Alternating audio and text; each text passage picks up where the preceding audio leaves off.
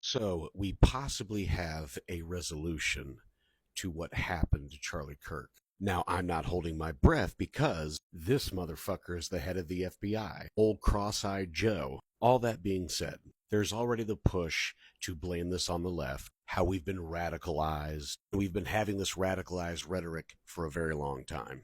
I would like just to point out that the talking heads, pundits, and even the president himself have not done anything to lower the temperature. Nancy Mace said that this is all on the Dems. A reporter actually pushed her on this and said, so would you say that Red Hatters are responsible for what happened in Minnesota? We're talking about Charlie Kirk. No, if you're going to put this on the Dems, then you have to own it for what happened in Minnesota. Your Honor, I would like to display Exhibit A. So it's not just been from right-wing pundits. It's also been from politicians. Last night, the madness was already starting. This is a clip from the I've Had It podcast, and they were showing what Laura Ingraham was saying. And it's a doozy. This agony we're all feeling must not dissipate into a stubborn apathy or morph into a violent rage. But we do need to embrace the truth at the same time that the left has a lot to answer for at this moment. We've been warning for years that their rhetoric would lead us to a very dark place. That is reckless. Lachlan Murdoch and Rupert Murdoch, she should be fired. It is unbelievable. Now, before you say, are you going to fire her for what she feels? Free speech? I would like to point out that MSNBC fired Matthew Dowd for what he said about Charlie Kirk, saying that he promoted hate speech. Now, he did apologize, and it was partially a little reckless, but he was fired for it. What Laura Ingraham said is blatantly irresponsible. Nothing's going to happen to her. And then came this morning from Fox and Friends.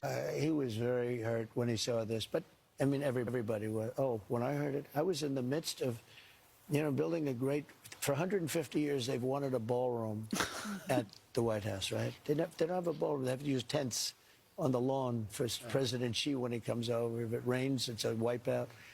And so I was with the architects and with design. It's going to be incredible. And they came in, they said, Charlie Kirk is dead. We're asking you how you found out about Charlie Kirk, and you're talking about, we're actually in the process of building a ballroom. For 150 years, there was no ballroom. We need to have something for Xi. Not to mention, that's a whole different topic, but that'll be for another time. But then again, it comes back to rhetoric. Of radicals on the left, people are watching all of these videos and cheering. Some people are cheering that Charlie was killed. How do we fix this country? How do we come back together? I'll tell you something that's going to get me in trouble, but I couldn't care less. The radicals on the right oftentimes are radical because they don't want to see crime. They don't want to see crime. Worried about the border. They're saying, we don't want these people coming in. We don't want you burning our shopping centers. We don't want you shooting our people in the middle of the street. The radicals on the left are the problem, and they're vicious, and they're horrible, and they're politically savvy. Although they want men and women sports, they want transgender for everyone, they want...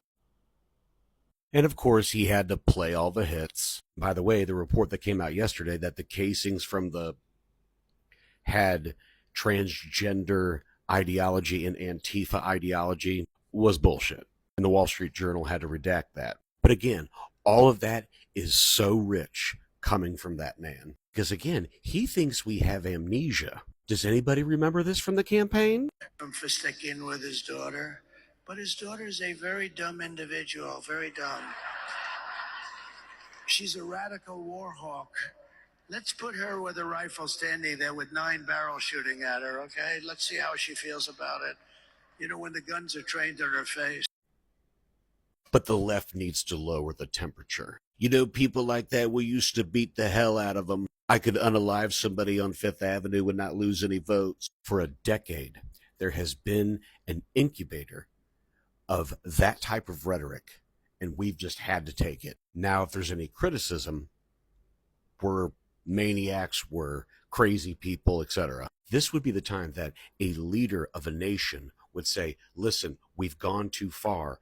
We're supposed to be a uniting country. Yes, we have differences, but we don't do it through political unaliving or anything like that. But that is not our society anymore. And also, for a little bit of a history lesson, the man who targeted an unalived Democratic state lawmaker Melissa Hortman and her husband Mark in their homes in Minnesota in June was a Trump supporter. The man charged with the attempted unaliving of Pennsylvania's Democratic Governor Josh Shapiro in April was a Trump supporter. The man convicted of orchestrating a series of pew-pewings at homes of 4 Democratic elected officials in New Mexico in 2022 was a Trump supporter. The man who tried to kidnap Democratic House Speaker Nancy Pelosi and assaulted her husband Paul in 2022 was a Trump supporter. The men that wanted to unalive Mike Pence was a Trump supporter. The man who unalived the son of Obama-appointed District Judge Esther Sales in 2020 was a Trump supporter. The men who were convicted of trying to kidnap Michigan Democratic Governor Gretchen Whitmer in 2020, Trump supporters. The men who sent a pipe boom to the homes of Barack Obama, Joe Biden, Hillary Clinton, and other top Democrats in 2018, Trump supporter. The man who unalived left-wing activist Heather Heyer after driving his car into a crowd of counter-protesters in Charlottesville in 2017, Trump supporter. Guys, we don't want to play this game. We don't want any of this to be happening right now. And Fox News, Newsmax, OAN, or any type of right-wing pundit talking head is not doing anything to lower the temperature and stop the rhetoric. Now, I heard this yesterday, and I can't remember the exact stat, but I think there's been something like 32 politically motivated incidences. Something like 18 or 19 have been right-leaning people, and there's been 4 or 5 from left-leaning people. The rest were nonpartisan. So again, one side of the aisle is perpetuating this more. But that, unfortunately, is the world we live in. When an incident happens, we automatically go to what side of the aisle are they on without getting any other piece of information. And the said right-wing pundits and the president, it's always, they did this, they did this, they did this. The person that tried to unalive the president last year was a registered Republican. Same with the person in Florida. And what happened to Charlie Kirk? Again, nobody is condoning violence in our society. There was always the chatter of, they did this, they did this, they did this. Now, I want to preface this by saying that it is still not fully confirmed just yet, but the person that is currently in custody,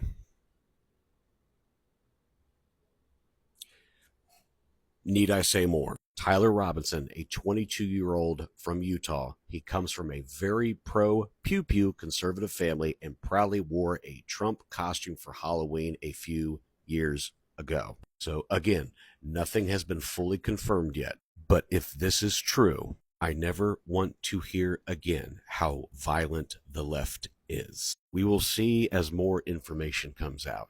We are such a damaged country right now, and the world is laughing at us. The dam is breaking. We need to stop the leak.